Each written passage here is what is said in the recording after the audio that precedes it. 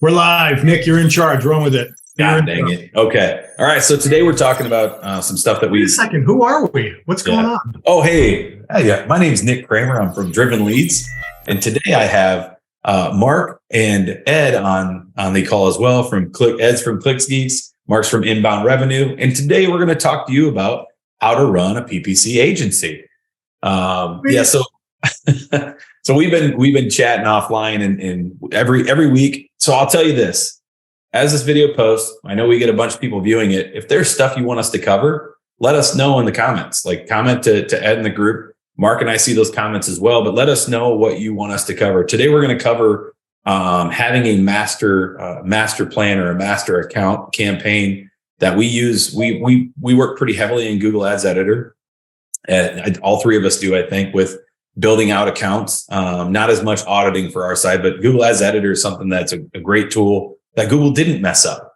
So it's kind of beautiful in that sense. But we have master accounts. So I have a master account for all of our real estate clients. We've got, a whole laundry list of things. And these guys have them for all the white label stuff they do. So I'm going to ask Ed to start because Ed never gets to start. But Ed, tell us about what you do with, what's your master accounts? What's your theory on it? And how do you see it? How did you see it improve your company when you figured that out? Okay. So we don't call them masters, which is an interesting way to phrase it, kind of like in the music industry, the masters. Yep. We call them clones. So we have a clone library. That's what we call it internally. In the clone library is pick a niche, and we likely have a campaign in it. So roofing, plumbing, commercial roofing, detailing, junk, like pick anything. We likely have something in there. So what happens is think of it like the Ford assembly line, right? So you're building a Ford Taurus, they grab the Taurus chassis that hits the assembly line. And then from there, all the parts start going in. So for us, in Google Ads Editor, we grab the clone that we're cloning. We drop the clone into the account. And then from there, we've got this giant checklist that we run through on things that need to be tweaked, changed, ad schedule, ad budget, location targeting, names of locations inside ads, geo-modified ad groups, all these different things that we're going to work through. In certain niches, you're going to find that certain clients want certain things and others don't want certain things. So what you do is you build out the master with tons of ad groups, and then ad groups that you can just pause when it's not applicable. This way you don't have to recreate the wheel each time. So as an example, a plumbing client may not want drain cleaning, even though it's a great foot in the door and a way to upsell additional business and repeat business. Some just don't want that. They just want larger jet spraying and of lines and all that shit. So they just want bigger jobs. So go through, pause stuff. From there, we're doing all the conversion tracking. The landing page is being built up by another division. And we just basically go down the assembly line until it's all built, until we're ready to let the client know that that it's been built and ready to go live. For us, it's been a completely game-changing approach. Years ago, Rob Warner from Invisible PPC cut off a good portion of the market and said, we're only doing these fast launch niches, and it's going to be, say, 50 niches. And me and Rob looked at each other and we're like, oh, they're leaving a lot of money on the table. Why not? Why would they want to just throw this away?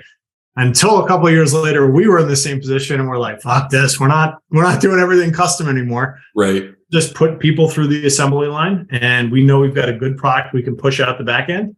If you want custom stuff, we can do custom stuff. You just got to pay extra for it. So for our process, everyone goes down the assembly line. We just pick pieces off of it, add it in, make our tweaks and changes based on these giant checklists that we have, and then launch someone. And let's say there's a niche that we want to be in that we don't have anybody in. We might build it and throw it in, or wait for someone to come across, build it, and then add it. So if anything new comes across that we don't have, and it's a niche that we like, we add the clone to the master library. So hope that helps.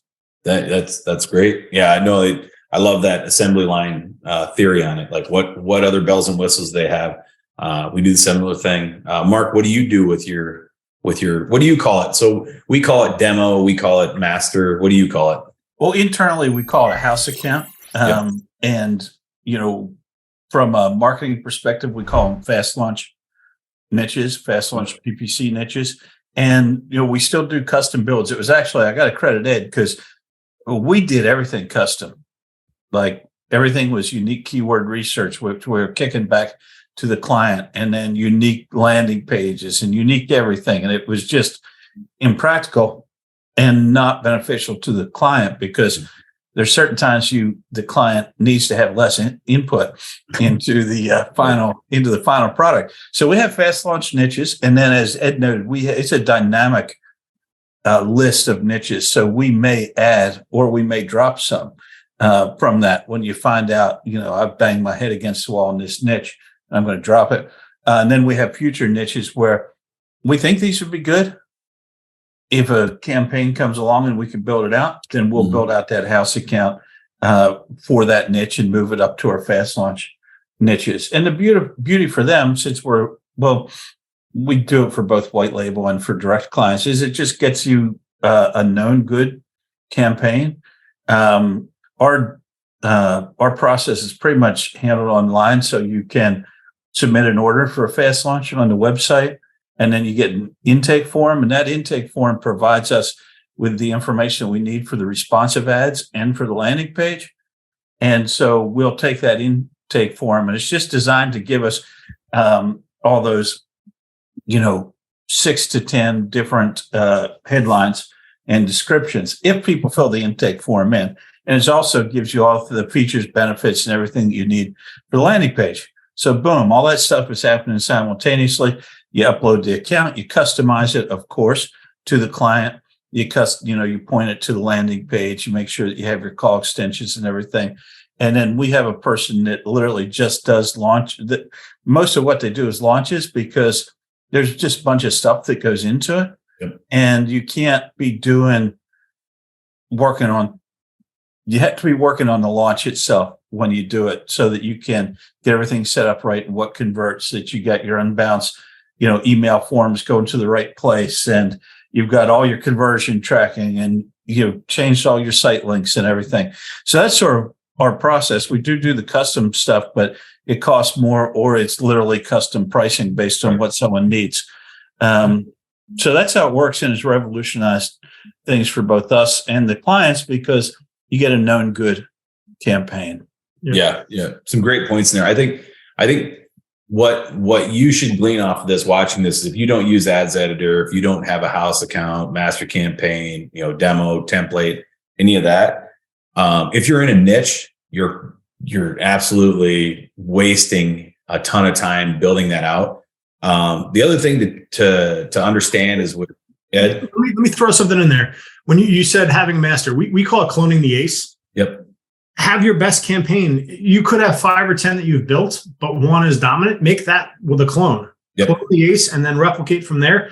Every market's going to be different in terms of what ad groups actually produce results. Like some markets, the near me drives the majority of the impressions versus the best company in style of an approach. Yep. You never know, but at least you have your bases covered by taking that approach. Yeah. So where I was going with that is we spend a lot less time on building out your campaigns for our clients. And we spend a lot more focus on, and both of you touched on it, and I know Dustin would as well, he's a stickler for it, tracking. And I would guess that over 75% of all ad campaigns in Google in this world do not have proper tracking or don't have perfect tracking. I think that's a generous assessment. I think that's a generous too. I would guess it's 90. Yeah. I might even go higher than that. Trying to be nice. And that's how we separate ourselves as the best in the industry. So like when people are talking to like, how come we should use you over next person? Well, our tracking, we care about it. We customize everything that we're doing. We're not taking that, we're cloning the ace. We're not taking that and making it identical. We're personalizing it. You guys personalize it as well, so that you spend more time on making sure your ad copy is personalized for that specific client, for that specific city area. There's different phrases for us. There's different phrases across the country where you guys probably don't know what a rambler is because you're on the east side of the country, whereas a rambler in the west, on the west coast, northwest, is a ranch home. So, or you guys call it single story home. We call them ranches in the Midwest. You guys probably don't use the term ranch as much. So doing that kind of stuff after you have this, you have this ace that you can use as that number one. That's huge. So spending more time on making sure your tracking is there instead of spending a ton of time reinventing the wheel every single time a client shows up. Now, my next question to you guys would be, how often does your ace change? How often does your house account change? And what's that demo? We call it the demo again. How often does that change for you? Yep. So I would say it changes somewhat frequently. I just want to go back to one other point. There's more skill in the management of the campaign than there is in the actual build of the campaign. Or I should say there should be more skill in the build. So you could have someone for $1,500 a month in the Philippines building out badass clones, following really detailed checklists. So all of a sudden your cost of goods sold from a launch standpoint go down dramatically. Yeah. The management's where you're going to want to spend more money because there's more strategy involved. There's more nuance involved. So pay more for the management piece than for the actual launch piece. Now, as far as how often are things updated, I would say it depends. It depends. Yeah. I would say sometimes it's once a week. Sometimes it's every other week. Sometimes it's once a month. Yeah. We're a higher volume operation. We do 40 to 60 onboards a month. So we see a lot more. So like when we get to our Friday meetings and we're talking about things, there'll be things that we'll talk about that'll get dropped into the master. So it really just depends. You're also going to see certain things are performing better, like split tests are performing better that you want to bring back into the master. So I would say it depends on the amount of data rolling through the actual, the niche template that you have across the accounts. There's no right or wrong as long as you're putting the best foot forward in that niche, knowing that every market's going to react a little bit differently to it.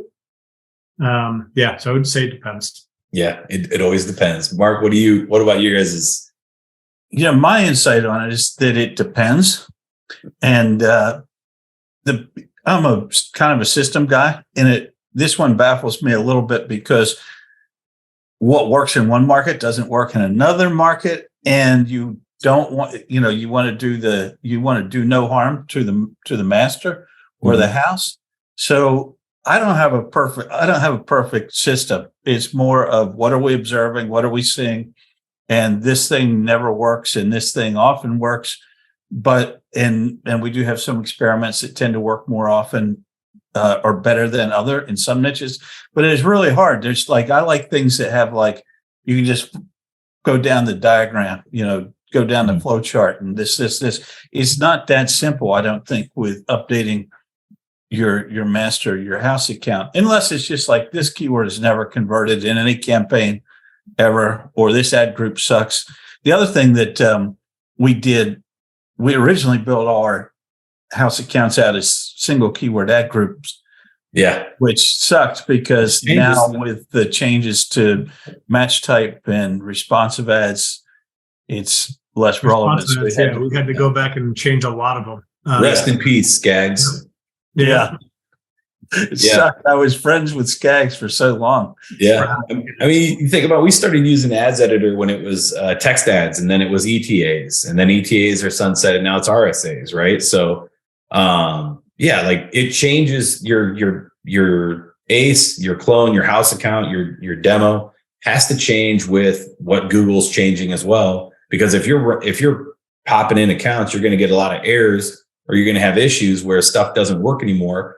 You think about all the bidding strategies that Google's changed in the last year of what they want you to do and how they want to point you towards that direction. So, that working inside that ads editor really makes life easier for us. We change it when we see that need, but we also have it's a conversation that the team has. I have access to it because I have access to everything. Our account engineer, our ads engineer is what we call him because it sounds cool. We call him Data Man in the office because he's a computer guy. He's a nerd. But most of us are. But he's the only one that touches that demo account. We don't let anybody else touch that account. We don't want people making updates to it because it has to be one single point of person. We're a smaller shop, so that helps. But we'll have that conversation again, we don't have a ton of different, like styles and systems that we work in. Like you guys have a bunch of different niches. Our niche is pretty much one. So when we're doing that, we're going in, talking to the client, and it's an a la carte. What services do you offer? What do you want to do? Sort of like you said with plumbing, Ed. And then it's if you're not using ads editor, it is copy and paste. Like it is extremely fast. So when we're working with these consulting clients that we're working with their teams that get them up to speed on ads, like their eyes get really big. They're like, wait, what did you just do? Like I copied and I pasted, and now I'm going to put the new domain in. I'm going to put the, I'm going to do the ad copy update. Like, yeah, it's nutty. Like how fast you can move. Like we have onboarder that could onboard 3 or 4 campaigns a day. And that includes landing pages. Like your speed of implementation goes through the roof. Yep. And with Google Ads, it's so important that if you're on a 30-day window for billing or for management fee, get them live in 1 day as opposed to 5 days or 2 weeks. Oh my gosh. When it used to take 2 weeks on a custom campaign and going back and forth over keywords and landing page design and everything else. And we templated our landing page design. We found things that work. And because we template it, we can A/B test it, and you can A/B test it basically across all of your niches that way. Yep. The other thing we do that might be slightly different, I don't know, is like for some niches that have multiple services that a client may or may not offer, like Ed brought up. So landscape is an example. We have landscaping campaign that's basically landscape terms and landscape design. We have a hardscape campaign. We have a lawn maintenance and lawn mowing. And so because some people want a subset of those things. So we have what I call mini campaigns. For contracting, for example, we do remodeling. We do general remodeling, but I'm not running bath or kitchen unless you're doing general, because you're not going to get many leads because everybody wants bath and kitchen. I think that's, and I think that's kind of, again, when we're telling you guys what we do week over week and things that we look at, like we are not normal. Like the normal is to tell the client, yeah, we do that, and we can knock that out of the park for you. And then you kind of sit and pray that they don't check stuff or they don't ask you to prove it. Like that's what most of the industry is. That, or it's somebody local. Like the thing that bothers me the most is, in we can go down this rabbit hole some other day, but marketing firms, like traditional marketing firms in your towns, in your areas, right? Like they have somebody that they're like, hey, you know how to do like coding stuff or something like that, right? Yeah. Okay, you're an analytics and ads guy. And don't train them at all. They know how to turn on an ads account. They know how to put stuff in. And when we go and look and audit those, you'll see that where they have one campaign, one ad group, keywords that have nothing to do with anything, like dogs and cats in the same ad group. Campaign 1, ad group 1. Right. Yeah. One broad keyword. Yeah. One broad keyword. Real estate. Yeah. Real estate. No conversion tracking. Yeah. Homes for sale, and it covers the entire United States. How come I'm not getting leads? Mm-hmm. Yeah. It's pretty awesome it's not awesome, but when you see that, you're kind of like, it gives hope to the fact that we can work. You could, there's 1,000 different ways to make money every day if you're good at what you do for Google PPC management, or just giving a shit about your clients. I think is a big step as well. Ultimately, we want to see everybody win because we win with them.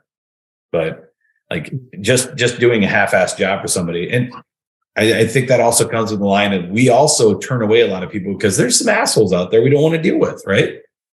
It's funny, man. I got something I want to talk about with the recipe part, but the asshole comment. There's the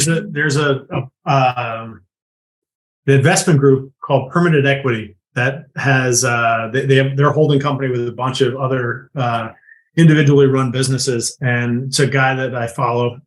He's got this policy on his website called the No Asshole Policy, and we're building it out now to have on our site. And it's basically like assholes burn things to the ground, and we want to get them away from us as fast as possible. And people have to read this policy in order to work with them, and it's fascinating, but it's so true. It's you just want to repel people that are going to be cancers to the growth of the business and be detrimental. So that's the asshole policy. I love that. So, there's a deviation off of that. You ever heard me call somebody an ask hole? Yeah. Oh, that we should put. I like that one. We're gonna have to add that in there because Ask hole. So if you continually come and ask me questions and you're not paying me a dime, or maybe you are paying me, but you never implement any answer that I give you, you're an asshole because you're asking me stupid ass questions. You're being an asshole and not taking the what I give you for advice, and you come back and asking me, but what if? Yeah, but what if? What about this? What about that? Like, test it. What do you think we do? We test it. So yeah, assholes are people that we don't work with either. And they're not mean to you, to your face. You just know them when you see them because they're in your ticket system asking 7 different questions, never once giving you $1 and wanting to know why you don't want to engage with them. The funny thing is that the more you, like when I first started out, I was essentially a contractor, and I would say 75% of my client base was assholes. Mm-hmm. And then you learn over time how to weed these things out to the point where I think 90% of our client base is good. And then there's always 5 to 10%, but we do a pretty good job. They either weed themselves out pretty quickly or you catch all the tails on the sales call. Yeah. Fortunately, but yeah, that makes life miserable because if they are making your team miserable and they're taking time and attention for no good reason from other clients. These guys are paying $450 to $1,000 a month. They're paying for expert management. They're not paying for support hours. They're not paying for an hour of conversation support. That's the reality of our price point where we are in the market. They're paying for expertise at the ad level, not in the conversations to make them feel good about things. Yeah. And that's hard to say, but it's the truth. Well, and to put that in context, so a good example of that is we have our clients pay us $500 a month as our starting going rate that most of them are on. The consulting stuff we just started, that's $2,500 a month. So that's the difference between us doing this job for you or us training you on to do this job. You can ask me a lot more questions at $2,500 a month, and we can build your learning off of that. But that person is an asshole. They're a good human because they're learning and retaining because it's costing them good money. Yep. So I just wanted to go back to the first question because there's this place here called Crumble Cookies. Familiar? Yes. No, we buy a lot of crumble at our house. It's ridiculous. So with Crumble, it's a craft cookie place. They're closed Sundays, but Sunday night they do a product launch for that week's cookies that come out. So every single week I'm buying cookies because if they were the same cookies, I'd buy them once every 6 weeks, once every 2 months. But now they have me watching Sunday nights, and I'm like, damn it, I didn't want cookies this week. This is not on my diet, but now that I see it, I'm in. So it's been really, I've lost the same 10 pounds, probably 50 or 60 weeks, just based on Crumble, because Crumble throws me off. So with Crumble, they're closed Sundays. I think they train up the staff on how to make that week's allotment of cookies. They get the supplies in. Yep. So think of fast launches, think of templated clones, the masters, as the recipe and ingredients you're getting from Crumble. Every Crumble location you go to makes the same cookies, even though they're different each week, the same quality, because they've got a templated process. The ingredients are handed to them. And that's how college and high school kids are able to pump out consistent product across. They've got their process, but they've also got their ingredients that they give them and the cooking instructions, so that they control what's getting pushed out into the market. And if you think of the Google Ads campaigns, the templated campaigns is the same thing.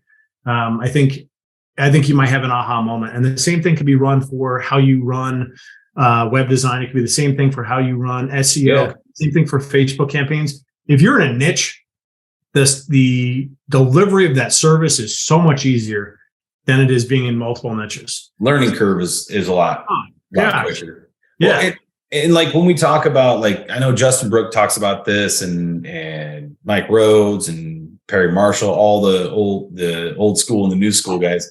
An ads campaign isn't successful for the first 30, 60, 90 days, potentially.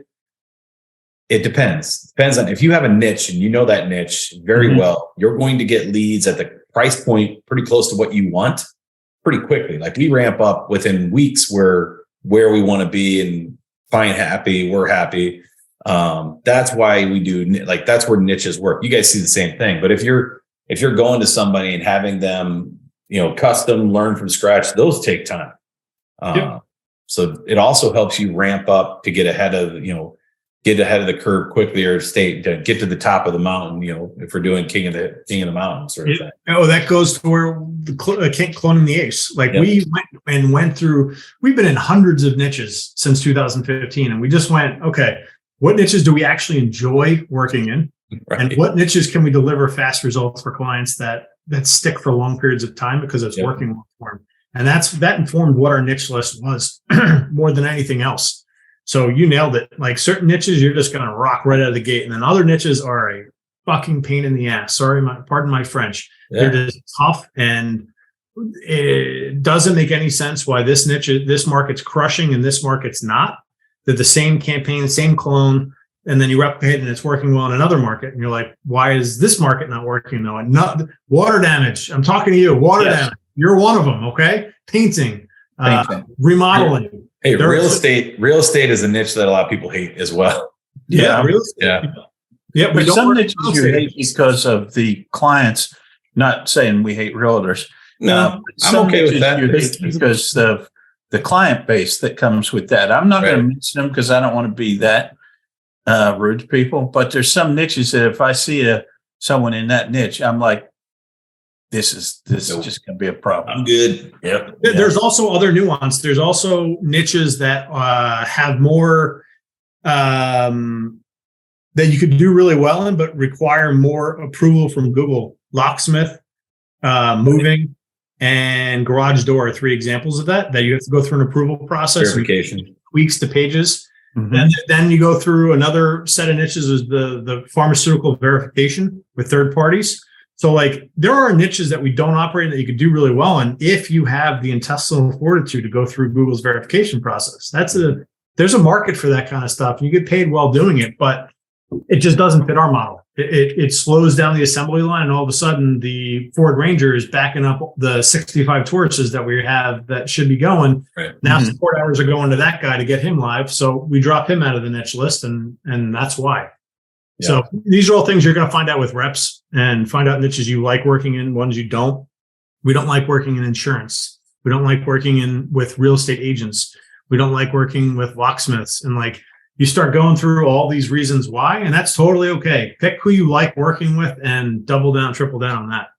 Yeah. And you get to learn those niches better as you work with them. Yep. There's really no point in working with niches that you don't like to work with anyway. Yeah. The worst campaigns to build out are the friends and family that are like, hey, I know you do really well in this. Can you do an insurance one for me? No, I wouldn't prefer it. I can show you somebody that can do it for you. And, no, I want you to do it. No. Yeah, we do all those things hourly, as we talked about last week. But we avoid a lot of those types of situations. It's I just saw a Facebook post the other day. It was you'd go to a store and go to a restaurant and give a waiter or waitress 25% tip, but then you'd go to your friend's business and ask them for a 25% discount. And it's like, yeah, that's a great one versus the other. And I don't know, you know what? I'm not in the host seat today, so I'm bringing up all these random thoughts popping into my head. Yeah, good. Yeah. And I'm trying to keep you on task. I think we're doing fine. I think we almost have 2 different segments inside one, though, when we have the ask hole policy. That you might want to cut that out and put that into its own thing, chop the video up a bit. Yeah, I'm definitely going to make a video on it, the no asshole policy, and it'll be no asshole will be in there. What else would you guys want to see in that policy? Since this video is definitely not getting monetized. What else should I? So swearing makes it not monetized then? Yeah. Really? Yeah. Bud Light doesn't like swearing. Oh, damn them. Well, then there's my gun. Yeah. Do that again. I should move that at some point. Honestly, with the no asshole policy, who was I talking to the other day? Maybe it was, I don't know if it was you guys. Were talking about like the casinos all have like headshots of people that have been kicked out of other casinos. I wish we did that as a community. I wish the PPC managers of United PPC Managers of America had like a fake union where we'd just be like, here's a list of POSs that you shouldn't work with. That would be fantastic. Yeah, that would. But And know this, if you're looking to hire any of us and you've had bad experiences with one of us, Ed and Mark and Nick and Dustin will not work with you. It's you, it's not us, because we do have that conversation. I think just sort of like having that in the policy, letting them know if you have a bad experience or if you're an asshole to us, more than likely you're going to get blacklisted from, kind of like the Seinfeld episode with the doctors. They're making their notes and handing it, and everybody knows who the problem is and who the problem isn't. I wish there was more of that, but just again, like knowing that if you've been kicked out or booted from somebody else, it's you, it's not them. Figure that out. Like there's not many businesses that'll walk away from money. So if somebody's showing up, like we have that from time to time, we'll have an agent come in and be like, hey, I was working with so-and-so and they told me they couldn't handle me anymore. And I'm like, whoa, that's a red flag for me. And I'll tell them that, like, that's a red flag for me. Why? Well, I asked for this, and this. And I would say 50% of the time, the reason they got booted is because that person just wanted to do Google ads, didn't want to have any conversations, didn't want to do tracking properly. And then the other 50% of the time, it's the agent's an asshole. The nice thing is I've got two people in my industry that we do sort of circle back and forth. If there's a massive issue with somebody, we'll reach out and tell the other guys like, hey, heads up, this person might be calling you. Don't work with them. But yeah, I would put that in your asshole policy. Like if you've been fired from other PPC managers, understand that there's a good chance it's you. It's not that PPC manager looking to go a different direction or can't take on all that work. Who walks away from cash? Especially in an economy like this, who's walking away from sure things? So when we have a sales call and the guy or lady is saying, you're my fourth PPC agency, then that's like, okay. It's like marriages. Yeah. So it can, PPC agencies and all agencies vary in their skill level, as we've noted. But, if you're burning through them left and right, it's probably not them. Yeah. It's probably you. The other thing I wanted to note, we're sort of right twice a day. Yeah, exactly. The other thing that I'll talk to prospective clients about, and they've done their Google ads and they did it with some big, fast growing agency that has just hired like 500 people. And I'm thinking if they hired 500 people, then they got 25 people who are good. Yeah.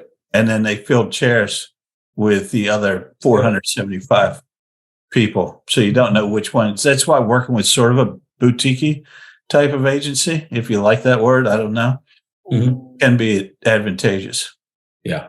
Yeah. And if you're starting out your agency, guess what? You're going to have to work with some of these assholes until you build a good enough book of business that you can get rid of them. Like that's just, but it'll make you appreciate it when you get rid of them at the same time. Yeah. To speak to that, you can get choosy when you dial in lead flow. Right. Once you start having leads flowing inbound, then you can get choosy with who you work with, because you don't need to make every deal work because you need to survive. So some of that comes with the callousing of your skin and just getting comfortable with being in business for yourself. Some of it comes with lead flow. I know people that have been in business 20, 30 years that will take anything that comes across their plate because they've got the scarcity mindset that they're fearful that they don't know where the next deal is coming from. So they take on bad clients or clients.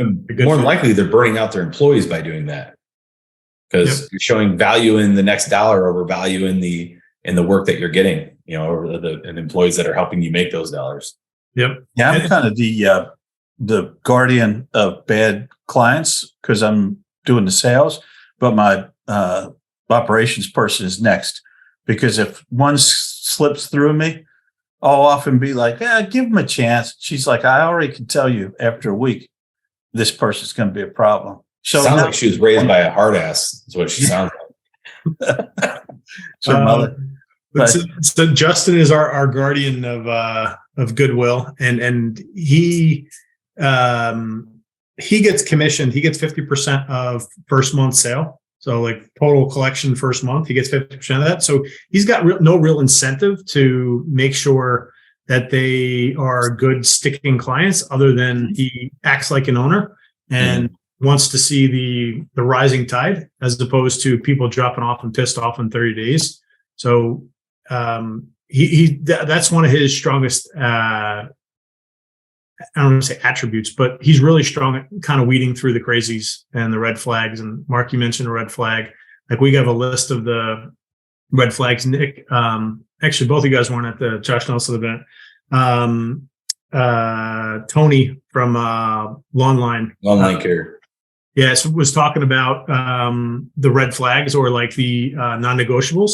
And he went through a bunch of different call examples that he played live. And he said, he goes, I think it was 3 or 4 of them. And he said, these are deal breakers for us. And he goes, if you say no to any one of these, that's an instant deal breaker. This is before he even gets to pricing or anything else.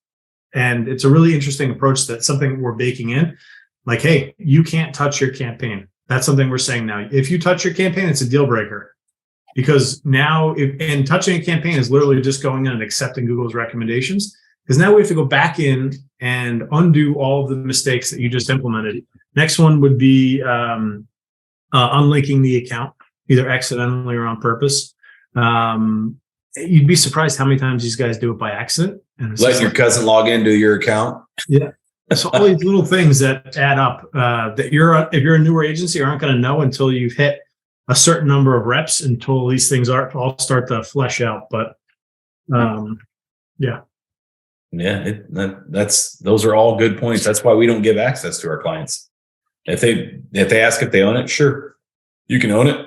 But we don't give you access because we don't want you to break it. We don't want you getting a phone call from our competitor who's constantly trying to get our stuff.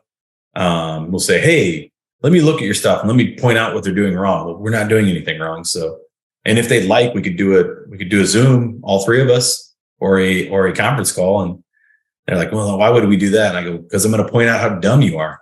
So I'm going to run circles around you on a call. If you want to do a joint sales call against me, against you, against the sales potential person that's already our client, I've offered that before. And the person was like, why would anybody offer that? I'm like, because I'm confident in what I'm doing and you're just using sales tactics to try to get somebody. Like, because I can run circles around you, bud.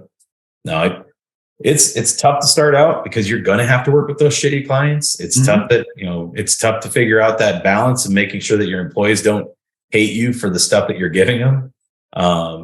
The biggest thing I think we did right by accident, a lot of stuff we did, people are like, oh my God, how'd you think of doing that? Like accident. Like, I'll be honest, like, we kind of fumbled into it. Like making sure that not one client, and there's some people in groups that we're in that have like a client that eats up 80% of their business, but also pays them 80% of their revenues.